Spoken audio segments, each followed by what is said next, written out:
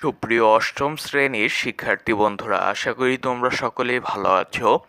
আজকে আলোচনা করব তোমাদের অর্ধবার্ষিক মূল্যায়ন 2024 বা ষান্মাসিক সামষ্টিক মূল্যায়ন এর যে লিখিত পরীক্ষা হবে স্বাস্থ্য সুরক্ষা বিষয়ে।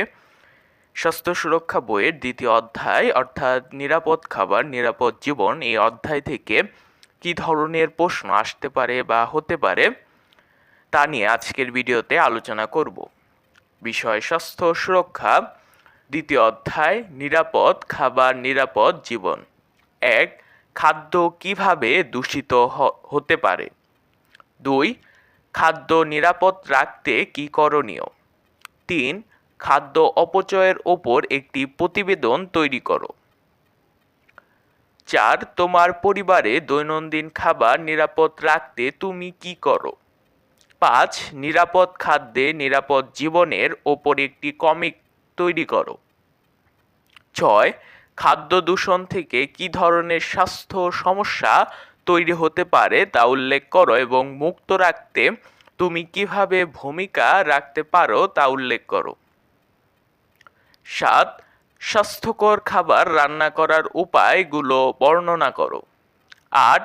কোন ধরনের খাবার আমাদের জীবনকে নিরাপদ রাখে। 9.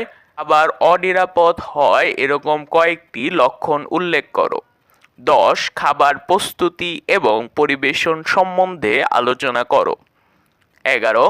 খাবার কি কি কারণে অনিরাপদ হতে পারে এবং পরিবারে খাবার নিরাপদ রাখতে তুমি কি ভূমিকা পালন করো।